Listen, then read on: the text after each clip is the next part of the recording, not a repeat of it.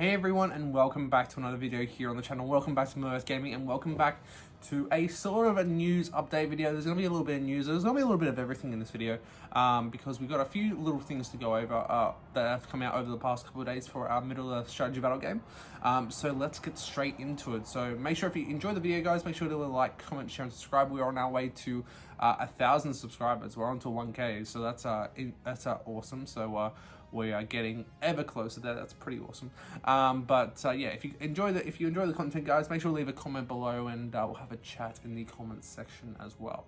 But let's get straight into it. So a couple of days ago, we got our I did a video a couple of days ago going over the pre-orders that have recently come out. You can now pre-order the new Battlehosts, the Rohan, the Isengard, the Minas Tirith, and the Mordor / you can make it into an Angmar Battlehost. They have now gone up for pre-order, as well as the new dice sets, which look amazing, the Rivendell and the Dale dice. The new Elrond is also available, as well as the repackage of Skilia's Ruins with a few more bits of terrain in there, and as well as the what do you call it, the Final Fate of the Witch King up for Mate's order. So that is all now available. Yeah, now we have the prices, like the real prices, everything. We did have the prices that were leaked out, but they are now being confirmed. They were the prices that were leaked. But we didn't know what the ruins were. They are basically the same price as a Rohan house. So that for us in Australia, that's $74. I'm not sure what that is in pounds and US dollars, but it's the same price as a Rohan house for us here. So yeah, I think it's a pretty decent deal. If it's the same as a Rohan house, you get a few bits of terrain there, so it's always a little bit nice there. And I love the statues that are in there as well. Definitely have to pick up some of them for a different board that I'm going to be doing. I don't need the ruins, but I definitely need some of those statues. So we'll have to wait and see. But yeah, along with the battle hosts that were up for pre-order, we also got the new quick start rules and basically the rules for all the units that come in the battle hosts. So they are up on the Warhammer community page. I'll put a link in the description below so you guys can go see it for yourselves. But it actually comes with I thought this was quite interesting, to be honest. So here as you guys can see, join the Battle for Middle-earth with our 4 new battle hosts and 3 quick start rules PDFs. So as you guys can see, it's all the different battle hosts. Basically, this describes what's in them, and what they are essentially. We've already gone through this before, guys, so I'm not going to dwell on it. But as you guys can see, as we go down below, we have the download quick start rules completely for free. Now this is very cool. We have the different ones. So as you guys can see, we will click on the link right here, and we have 4 different battle hosts. We have the Mordor, the Isengard, the Minas Tirith, and the Rohan. This is all completely free, so if you guys can go on there now and download these rules. Yeah, so say if we go on to the Isengard one, as you guys can see, it's all very cool. We have Saruman, we have Grima, we have Uruk-hai Scouts, and we have the Uruk-hai Warriors. So this is as you guys can see, this is your setup. No points values, obviously. You need to buy the armies of the Lord of the Rings for that, but it's a good way to start off if you're just getting into the game now. The rules are there. You don't have to buy the armies book if you're just picking up these battle hosts. Obviously, if you're going to branch out and collect more, you're going to have to go and get them. But what is also very cool is that we also got a battle host quick start rules guide. So this is basically as it says in the title, it is a quick start rules guide that basically just shows you how the basic principles of how to play the game. So we have priority, moving, shooting, all that kind of stuff, pairing off fights, the fight phase, all that kind of stuff. Cavalry, obviously, because we have the Rohan in there as well as the Knights of Minas Tirith and the Wargs. We don't have one for Isengard, although someone does have a horse. Striking and trap model, multiple combats, that kind of stuff. We have heroes, so Might, Will, and Fate, which is cool weapons and war gear, so hand and a half weapons, 2-handed weapons, that kind of stuff, pikes, throwing spears, armor, and we have excuse me, guys, the magical powers. So the magical power list, Black Dart, Command, Compel, Immobilize, Transfix, Sorcerer's Plus, and Terrifying Aura. So these are all the ones that will be that are available in the battle host. You don't get them all, you just get the ones that you obviously need, which is very cool.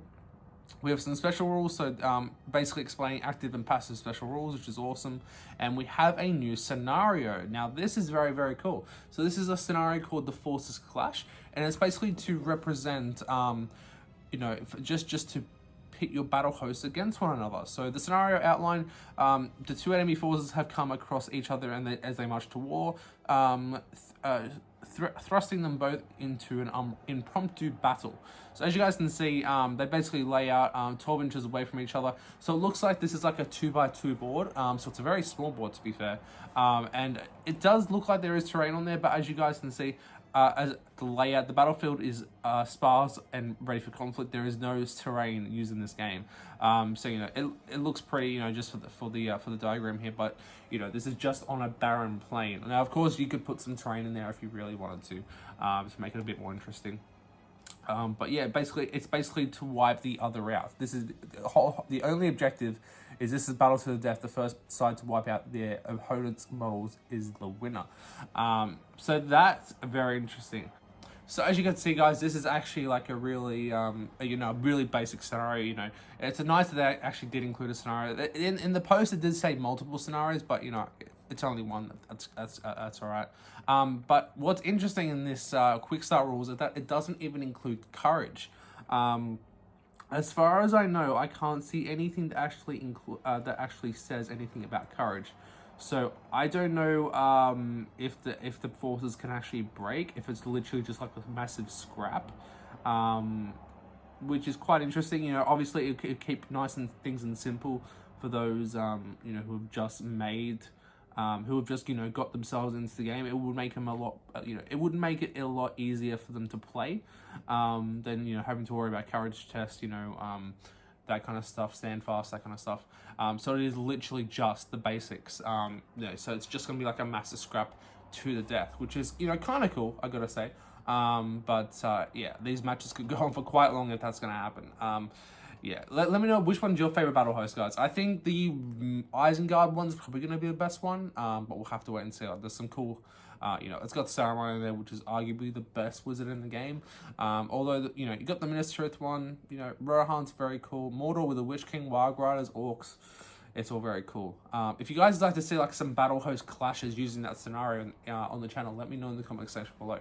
We might be able to do something along those lines. But yeah, that's very cool.